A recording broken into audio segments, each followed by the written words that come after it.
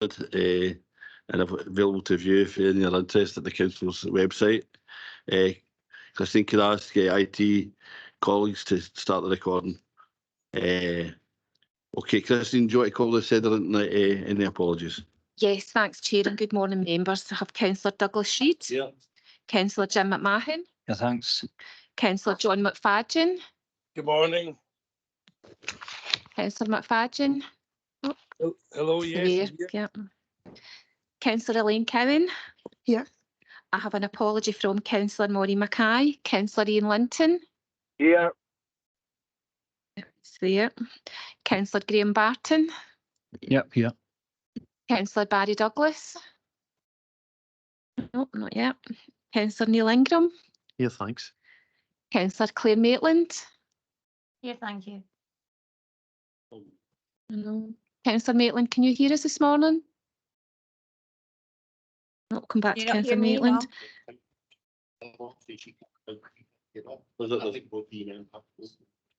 Right. Okay, Councillor Drew Filson. Here. Dr. David Lewis. Yes, here.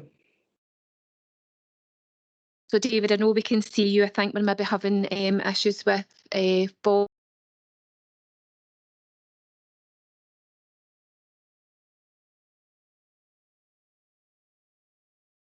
Yeah.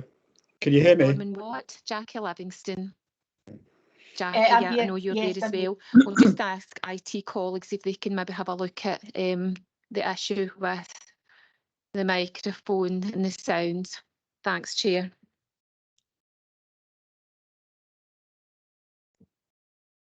No. Hello.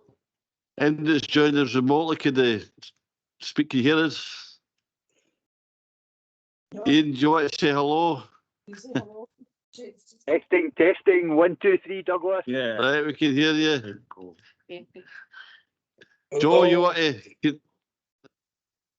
I can hear both colleagues in the chambers and can hear folk online. Right, great stuff. John, you there as well? Yeah, I'm here. Great. Okay, we seem to be working after the wee teething problems there. Colleagues, at this time, I'd like to advise that religious representative Harriet Johnson will return from paternal leave at the end of the month, and take the opportunity to thank Claire McKellar for being a very able substitute during this time. Thank you, Claire. Okay. We now go into the declarations of interest. I don't think there's anything obvious, but if you have anything, could you declare it now? Okay, and go to the first E item, which is policy review schedule, and Amanda Lowe present the paper. Amanda. Thanks, Chair. Morning, members. The purpose of this report is to recommend Cabinet proposed changes to employment policies, which are detailed in paragraph 2. The background is laid out in paragraphs 3 to 5, which are standard paragraphs for this type of report. The main report details 6 policies that's been reviewed in total. The first is paragraph 7, being work experience. Within section 5, it's been updated to confirm that all work experience will now be facilitated and delivered and monitored by People and Cultures Workforce and Future Skills Team and East Ayrshire's Education Services. Paragraph 7 has been updated to confirm that health and safety risk assessment checks must be carried out before commencing the work experience and shared with the parent guardian of the young person. Also details within the changes that we're moving to a system which is called Work It system for monitoring and do annual reporting. The appendices have also all been updated. Paragraph 8 details the changes to the flexible working policy. This policy wasn't due for full review until April next year. However, there has been some legislation changes and a few points of clarity from our IT colleagues, and they're detailed, as I say, in paragraph 8. Paragraph 9, support and attendance at work policy. Again, this was not due until next year, but section 3.4 and appendix 1 have been updated to reflect the stopping of the stress risk assessment and the introduction of the workplace wellbeing action plan. And section 11.1 has been updated to advise that annual leave can only be used rather than sickness in exceptional circumstances. This was an action following a previous appeals panel. Paragraph 10 details the update to the positive recruitment policy, with a number of changes being made, including the updating of the services following the management restructure in 2021. And section 2 has been updated with the age criteria for revised for care experience in line with the apprenticeship criteria, raising it from 26 to 29. Excuse me. Section 4, reference to mentoring and leadership development and supporting our workforce, planning ambition of increasing our young workforce and the added benefits to that. And section 5 has been updated across a range of positive actions. All appendices have also been updated. Paragraph 11, the maternity, adoption, paternity and shared parental leave. Again, it was updated at Cabinet last year and is not due for a full review, but has been updated to reflect the paternity leave amendment regulations of 2024, which came into effect from the 8th of March, affecting parents who have childbirth or adoption after the 7th of April 2024. Paragraph 12 details carers leave. Again, this was another policy that wasn't due for update, but given the carers leave regulations for 2024 that come into force on the 6th of April, it's been updated to reflect these. The implications of the table are paragraph 15. Noting in paragraph 17 and 18 that trade unions have been involved and agreed to all policies. And paragraph 19 details the equality impacts assessments carried out with the exception of the support and attendance at work, maternity, adoption, paternity, shared leave and carers leave due to the minor changes, and copy these are along with the updated policies on the members portal. The recommendations are at paragraph 2 and happy to take any questions. Thanks, Amanda. Neil? Yeah, thank you very much. I just want to express my thanks to Amanda, Donna and the team for the policy review paper and ongoing work to make sure that our employment policies in East Ayrshire are kept up to date and they conform to new legislation. Couple of the policies that I just want to focus on. Work experience policy. I'd like to welcome the changes to the work experience policy, with this now being delivered in-house between the Workforce and Future Skills team and the Education Service. It allows for a more streamlined approach through the work system. I hope, as well as making it easier to facilitate, monitor and improve work experience, it also helps provide better and more meaningful work experience for our children and young people. Skills for Life was one of the main themes of our joint cabinet and Children and Young People's Cabinet last week, and I know they will be very interested in this positive change. The second one is the positive recruitment policy. I'd also like to welcome the changes to the positive recruitment policy, which includes broadening the eligibility of guaranteed interviews for care leavers. Not only has the age criteria been revised from 26 to 29, those young people that experience care under East Ayrshire and meet essential criteria that apply for a post with East Ayrshire Council will now be offered an interview whether they live in the local authority or not. This feels like the right thing to do for our care experienced young folk and opens the door for work to those that we have supported, even if they have since moved away. So thanks again. Thanks very much, Neil. Yeah, it's good to see care experienced young people getting a bit of support. It's been an area that we've tried to pay some attention to for some time. Members, any other comments? Okay. I see Barry's joined you. Barry, with a wee bit of problems with the connectivity. I don't know, can you hear us okay? Yes, I can. To get a bit of trouble myself. Yeah, okay, thanks. Okay, no other points, questions. Thanks, Neil, for that. Can we agree recommendations? Okay, and going to item C, which is the extension of contract respite services. Oh, sorry. Yeah, thanks, Christine. That's the end of the E items. So if our education folk want to leave or switch off, I think you can still list it if you want, but free to go anyway.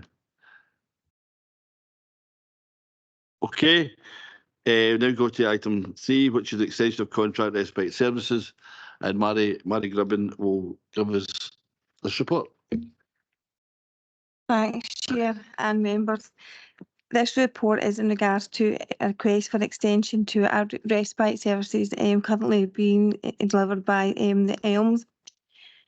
The summary is that this report has been taken to IGP now on 3 occasions, and we are asking for an extension. In regards to the background, paragraphs 4 to 7 cover this. During the best service value review, the Elms was part of that review, and currently we do have 6 beds within the Elms. However, after doing the review, it was felt that we no longer require the 6 beds due to only 40.2% use of the beds. It was therefore agreed for us to reduce the beds to 3 from the 1st of July. However, we do require further engagement work with the service users, as well as the carers and relatives, as well as the staff within the Elms. We hope to look at various options that would meet the individual's needs in regards to short breaks moving forward. And this piece of work would also consider a maximum budget for respite. We also have been doing additional engagement work with our colleagues within both North and South Ayrshire to look at aligning our services delivery where possible and appropriate.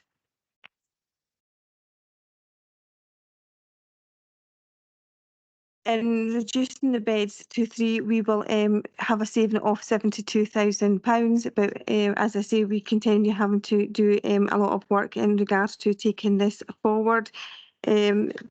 Elms is well received for the 38 families that use this service. If we are unable to continue with the extension from the 1st July, this will mean that those families will have no respite available to them at this moment in time, because this work is ongoing in regards to ensuring that we've got the appropriate respite and short breaks for our individuals that use this service. Happy to take any questions. Thanks, Mary. Thanks for that report. Any questions or comments? Jim? Just from myself, just comment, I'm delighted to hear this, that we're still going to be working with the Elms. I've heard constituents on myself really concerned initially when the Elms was mentioned, somebody that's been going there for decades, but I found it really difficult to find a new place and settle in a new place. So just to say that I'm happy that we've got something through that best service value review sorted out at the Elms. Thanks, Jim. Anybody else? Okay, we'll just go to recommendations, page 10. We agree recommendations. Thank you. Thanks, Mary. Okay, we go to item 4, which is private water supplies charging. Elaine Kavanagh will be presenting her support. Elaine. Chair. So this report is setting out plans to commence charging for sampling and other activities relating to private water supplies from next financial year, and we're seeking approval for this. So paragraph 3 and 4 set out the definitions of private water supplies in Scotland. The ones of note are the regulated supplies, which are larger supplies or those with a commercial or public activity. We've currently got 69 regulated supplies and 223 type B supplies. And the following paragraphs set out the reasons why we expect that to change to be in a much higher proportion of regulated supplies than what we're setting out here. There are changes from the 1st of March, which relate to the statutory guidance for landlords. It's setting out a clear set of responsibilities, including the requirement to test at the commencement of any tenancy in a private water supply. We have also got an additional responsibility for all landlords to ensure that pipes and supply networks are in good condition, which is primarily to try and address lead content in pipework. And if any tenant or landlord has a doubt about water quality, they have to bring that to the tenant's attention and make sure that they test it. From speaking to colleagues, we think that there are about 28 private rented properties with a private water supply. Other changes are the short-term lets order, which has brought a number of businesses to our attention. And initially, we think that through the existing short-term lets, which are going through their year of applying for their licence to continue, we reckon there are about a further 40 short-term lets that are supplied to a private water supply. The Type B supplies we sample on request only, and we've got no other ongoing responsibility for those. But the regulated supplies, we have to sample those annually, and we need to carry out a risk assessment of that supply. So all of these changes will increase our requirement to sample and our requirement to risk assess these supplies. So what we're looking to do is to try and recoup some of the charging costs that we have as a partial recovery. It's not looking at also capturing staff costs. The charges proposed include the 2024-25 uplift from our laboratory. And in addition, we've done a screening for an EQIA and determined that that's not required. To implement this, we would propose charging for request only or landlord led samples from 1st of April, and that we would work with the business innovation team to put a process together to capture other charges by the end of September of this year.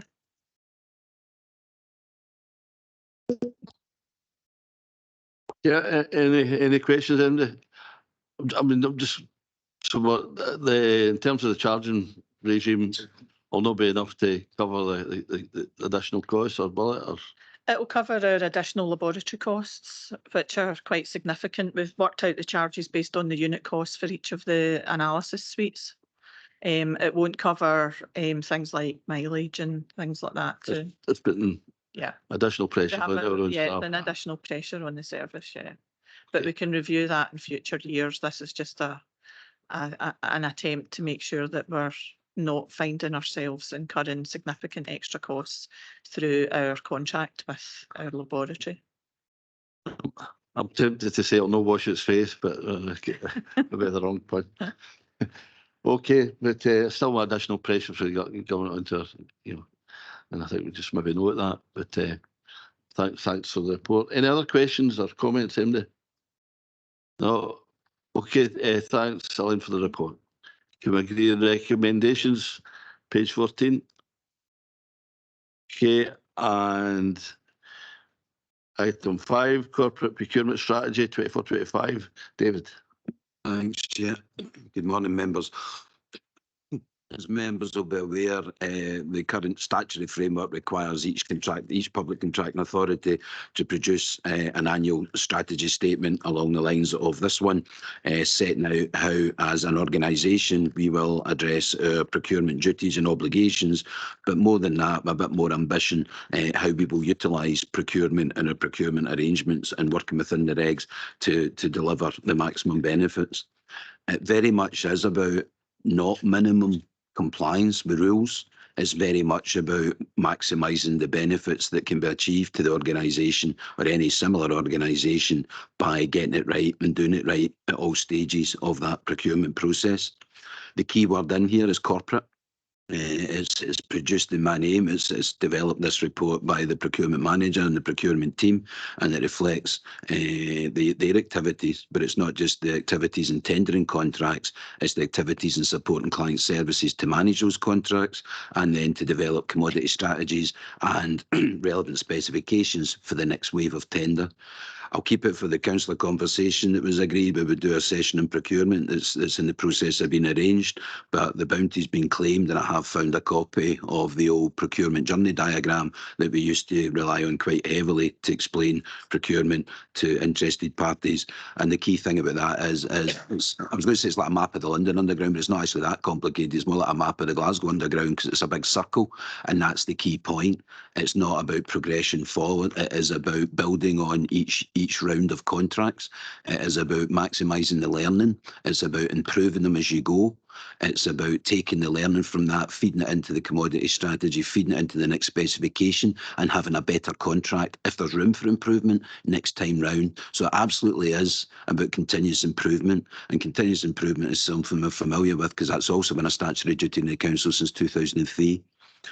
What we set out in the covering paper, so that this is, you have the covering paper, you have the strategy document itself, and there's an action plan at the end. And as I say, annually we produce this to Cabinet to set the direction of travel and get everybody on board as to what our approach to procurement will be for the next year.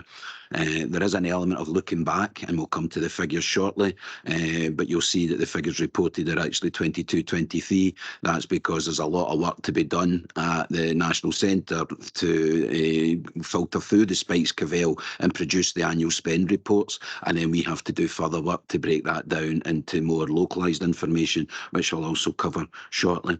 So as I say, the key points are it's a corporate strategy which we all need to own, we all need to be aware of, are familiar with, and for our respective interests, we all need to be keen to deliver on as well.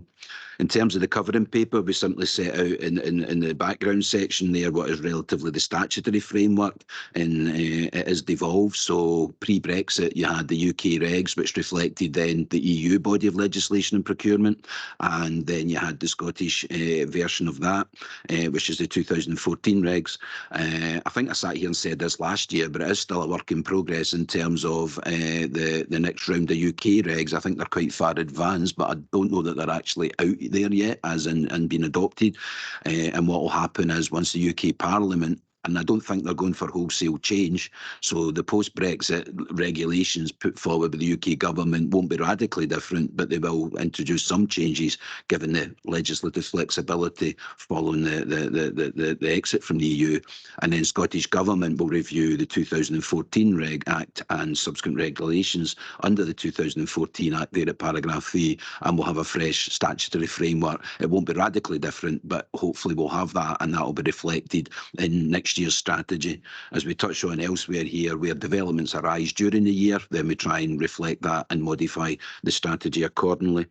So the statutory framework is set out there, as I say, by the 2014 Act, and that also prescribes what this strategy document has to cover, and set out there at 4 includes how our procurement activity and our regulated procurements, which is anything above 50,000 for supplying goods and services, or any contract for more than 2 million for capital works. They're all regulated and need to follow the highest level of compliant process. And it's a matter of setting out how all of that activity will contribute to carrying out our functions, will deliver value for money, which is key, be carried out in compliance with the duties under Section 8 of the Act, and will include statements relating to the use of community benefits, consulting and engaging those affected by procurement activity, payment of living wage, promoting compliance with the Health and Safety at Work Act, promoting the use of fairly and ethically traded goods, improve the health, well-being and education of communities, and promotion of animal welfare, and how the authority will comply with the provision of prompt payments to suppliers, contractors and service providers. So as you can see, it's not a document that we have complete flexibility about. It's not a blank page we start with. Those are the matters that the regs say we do need to address, and therefore we have addressed. Para 5 just gives you a touch on the current policy framework. Scottish Government, just after we'd come here last year, had issued their first public procurement strategy for Scotland, and there's a bit of detail there in paragraph 5 around that, and we've obviously modified the strategy to reflect that. At para 5.1, we also touch on the performance framework, and there's a link there, and that also cuts across to para 6.2 and the performance framework there. You will see the aims of that are to create a more successful country, give opportunities to all people living in Scotland, increase the well-being of people living in Scotland, create sustainable and inclusive growth, and reduce inequalities and give equal importance to economic, environmental and social progress. In terms of the paragraph 5.2, as stated there, the main purpose of all of this is to use collective spending power across the public sector to deliver sustainable and inclusive economic growth.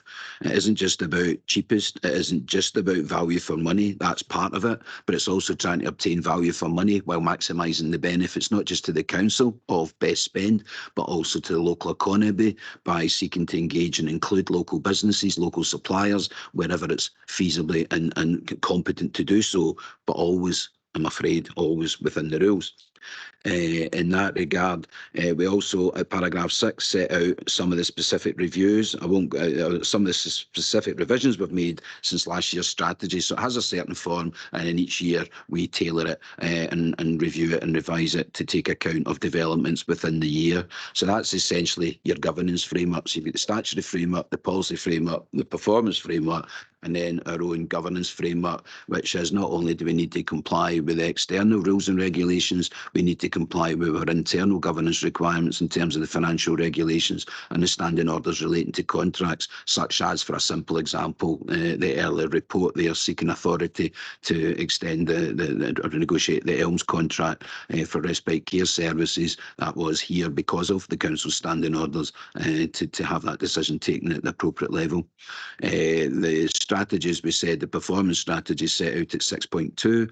At section 3 and onwards, we simply summarise the changes. When you come to read the detailed document, and I won't be going through that line by line, you'll be glad to know, but what we've highlighted is where we've made changes. So we have put now in there, and you'll see it in the accompanying document, that we will put procurement at the heart of a sustainable economy to maximise value for our communities by delivering commercially effective and compliant procurement services. And we go on and expanding that elsewhere in 6.4.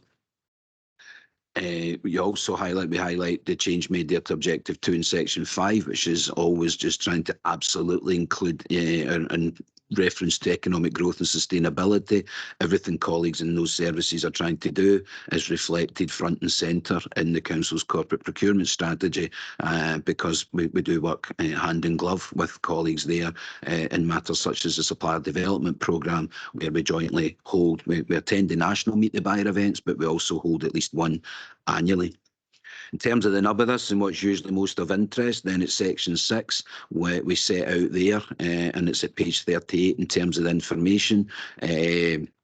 What we try and do and what I explained was that the hub, the national hub, if you like, they produce the figures from Spikes Cavell at a certain level, but we break that down further because there's always that degree of interest on an Ayrshire basis. And if I actually turn you to, well, if you note there at section 6 on page 22, the increase of spend locally is up by another 6.65%, which is 3.6 million against the year before, additional spend locally. And the number of local contractors are up by 13.7%, or an additional 49 from the previous year. And if I just refer to page 38, in terms of the spend information, then as at the end of 22-23, for which we have the most recent figures, then you'll see at page 38 that at the top there, the total spend that this relates to for the council, this council, was 180 million.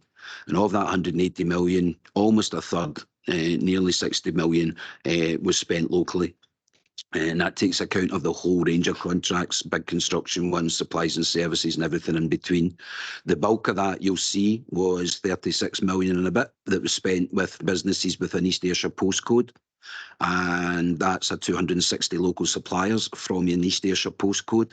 You've got the North Ayrshire spend and the South Ayrshire spend, which are lower in terms of both the spend and the numbers, but then you have the total for East Ayrshire. And as I say, it's an increase of 3.6 in the previous year million, and it's an increase of a further 49 local suppliers.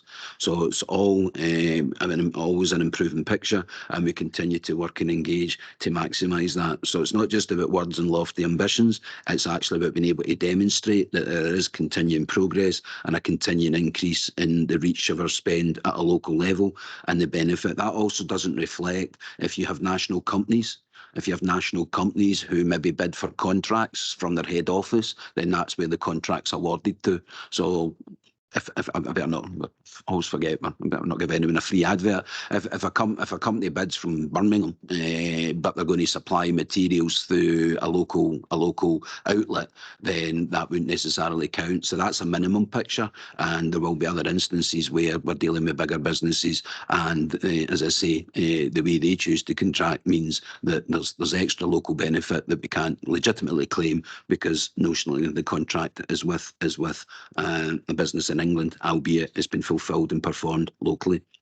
In terms of the contracted spend analysis, I think we've gone a bit large with the proportionality there. That looks like a bit of a dip, but what you'll see is 20 to 21, 96.4 of that annual spend, in this case the 180,000, went down to 95.5, 21, 22, but back up to 97.2. So of that 180 spend, 97.2% of it went through the regulated route or the appropriate routes. And obviously there's always ad hoc matters, there's always things that can't be foreseen, there's always other emergencies that sometimes need to be dealt with that would account for that reducing gap of now 2.8%. In terms of the covenant page, having looked at the spend data, would simply highlight as well at section 10, we also set out the policies, tools and procedures. As I said, the strategy document is not something entirely unfamiliar to Cabinet because we bring it each year. I've highlighted where the changes sit, I've highlighted the spend performance, I've highlighted the various statutory and policy context, and I've pointed to, and you can see for yourself, where this fits and is intended to fit with everything else and activities that all our fellow client services are undertaking in order to deliver the best we can for our communities. I think we also highlight that we have amplified our arrangements around securing food to reflect the absolute emphasis that our catering colleagues put on and our school meal service put on the quality of ingredients rather than just the cost. And that's a prime area where cheapest isn't always best in terms of value for money or quality, but equally you need to get the balance between value for money and quality. I'll stop now because obviously there's a lot there, Chair. If there's any questions from members or any queries, I'll try and take them. But if there's any hard ones in traditional fashion, I have David Shields from the Procurement Service to assist if required. Thanks, David. That table that you highlighted on page 38, just really brings it home the amount of money that's benefiting 260 East Ayrshire and 406 Ayrshire companies. I'm interested, is it a similar picture with North and South spend? Do we get a significant portion of their spend, and is it of that kind of magnitude? I'm just getting if it's kind of reciprocated amongst our two local authorities in terms of what we're doing community building.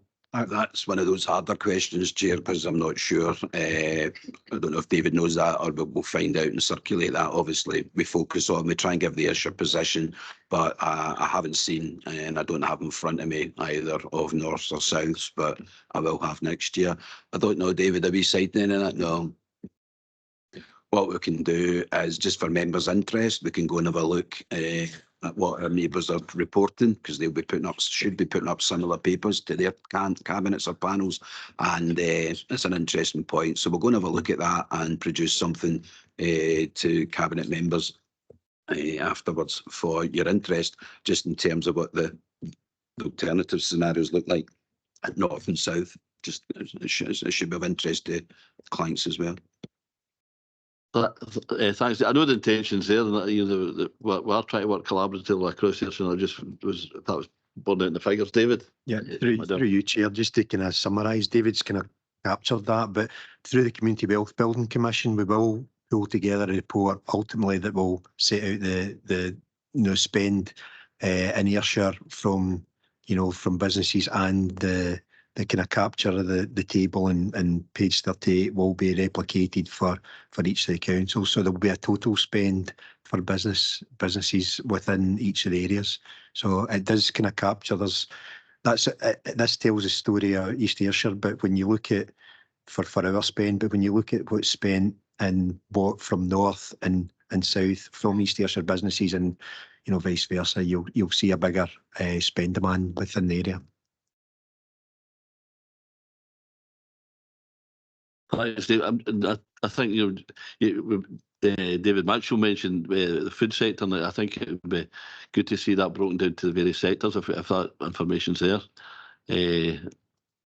Okay, don't give you too much work to do, but it's really interesting information for us. I mean, just, and I'm obviously colleagues in procurement are here, but I think they've got for the 7 lots for the food is a good example of where community building is at the heart, where 6 of the 7 lots are all for Ayrshire businesses and 3 are in East Ayrshire. So that's a good story. But yeah, I mean, we work with David and the team just to kind of bring that information back from the other colleagues through the Community Building Commission. Thanks.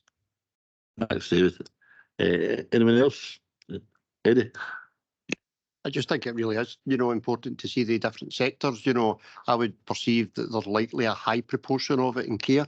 So the £15 million or £17 million we spend in care homes, I think would likely come through, in terms of some of these figures here. So I think it's interesting to see the different, sectors and that we actually spend money and where we spend money. Graham? Thanks. It's just a question about the procurement data. Are we using that to identify any kind of gaps in the local supply chain, and are we looking at local businesses that could fill that gap and build that community wealth building? Thanks. As I think it's mentioned more than once, but just because we're opening at page 38, page 39 there, 4th paragraph, the corporate procurement team will continue to review annual spend and identify appropriate areas for contractual opportunities. We'll also meet with our service departments on a regular basis to review contractual arrangements, continue to facilitate tendering process. So yes, we do. We regularly review that, not just to find anybody who's on there that shouldn't be on there because they've not got a contract, and there's no many of them, but it can happen by mistake sometimes. But we also review it to identify where, if we are spending money in London, as an example, and I've just used that as a hypothetical before we get any FI requests, if we're spending money in London on a significant recurring basis, then you look at, well, why is that? Why is there no bids coming in? And we look at how we then are maybe tendering that. That comes back to what's your commodity strategy. A good commodity strategy has market engagement. So you talk to the market and try and find out if there's no suppliers locally, what are the impediments? Why are we having to deal with London in whatever particular area of supply we're talking about? And what are the obstacles? And that comes through the supplier meet the buyers, it comes through the supplier development programme, it comes through the joint working with David and colleagues in economic growth. And yeah, so we use the figures to identify anomalies or room for improvement. And if there is a gap in the local market, that would be something we should be trying to engage through local suppliers, but also the supply market, and trying to see, well, is there ways to connect that up and create a local economy if none exists, depending on what the particular supply of commodity or works contracts or works contracts. It's about size and scale and capacity. So short answer is yes, we do, and we'll continue to do that. Thanks. No, it's really an interesting area, and just where we're building all that work, all that effort into community wealth building is actually helping the local economy and jobs, and that's where we need to go. Thanks for that report, David. Members, if there's no other questions, can we go straight to recommendations? Can we agree? Page 19. Okay, and we're on to the Local Development Plan 2, supplementary guidance. Before I bring in Karen, could I bring Barry in? Thanks, Dougie. Just I'm going to declare an interest here. I noticed certainly when it came to Cabinet last time, declared an interest because at that point I worked for a residential developer who would have an interest potentially.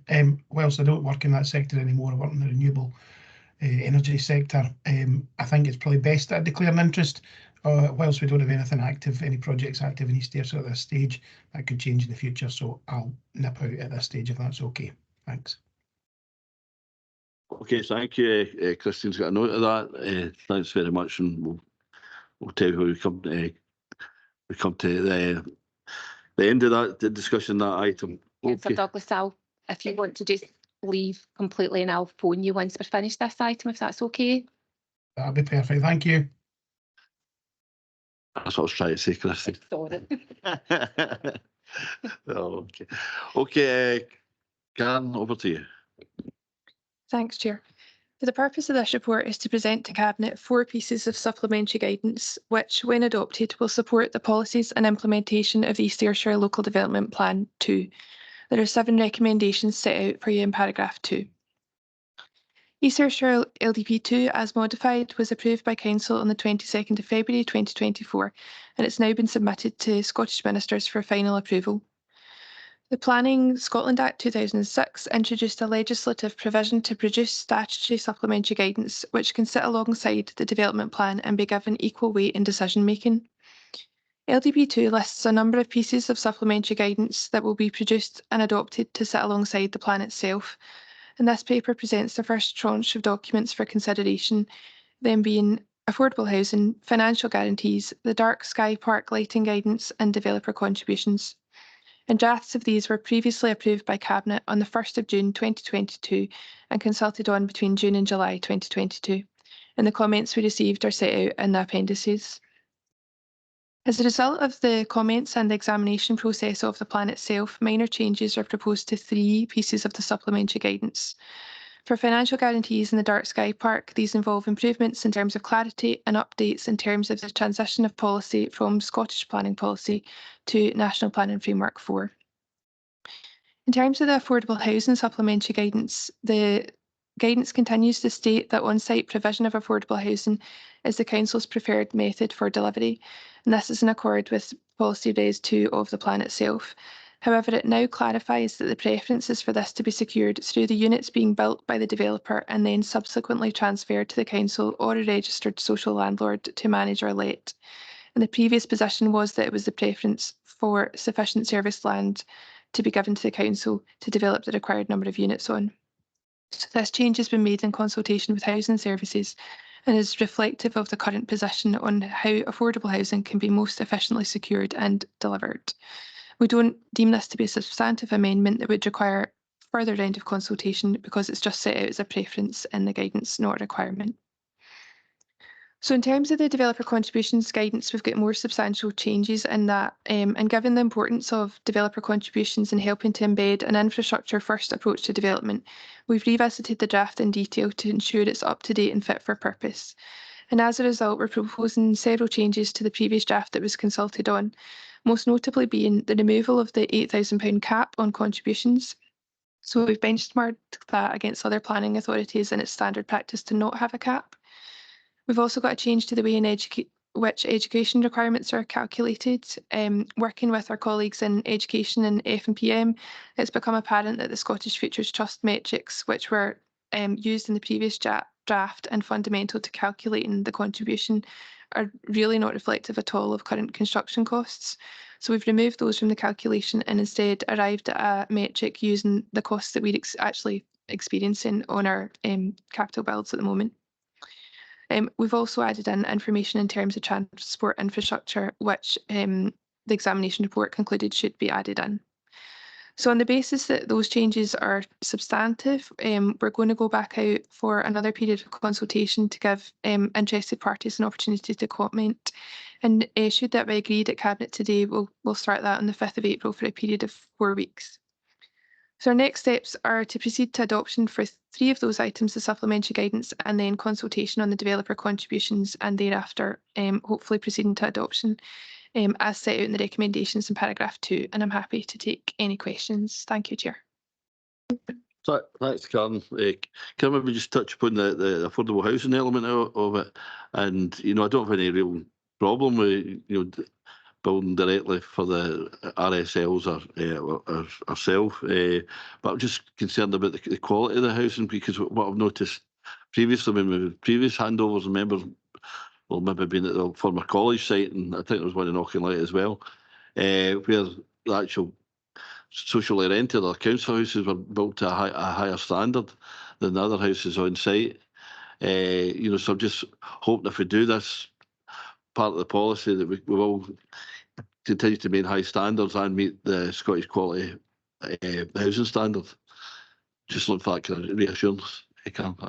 Thanks, Chair. Yeah, we'll be working with housing and obviously through the kind of SHIP programme with the registered social landlords to make sure that we are getting the quality that's required, and also through the planning policies. We've got a whole load of policies in terms of design and standards there, and obviously there'll be the building standards as well, which we'll be seeking to achieve. So yes, that will be what we're doing. Thanks. Anyone else, Drew? Thanks, Chair. Just on the dark sky backlighting guidance there, just say there's some amendments that were made. If there's not too many, could you clarify a wee bit of that, please, Karen? If there's too many, I could have that in writing. That'd be good. Thanks. Through you, Chair, thanks. So the changes are set out in the appendix. I can probably get you a track changes version of the document through if that helps you to see exactly what's changed. They're really quite minor for that one. That's fine. Thank you. That's true. Thanks, Karen. Okay, if there's no other questions, can we move the recommendations? Can we agree? Okay, thanks for that. I will now try and get Barry back. In the meantime, if we can. Okay, can I now move exclusion of press and public? Yeah, and could I ask IT colleagues to stop the recording?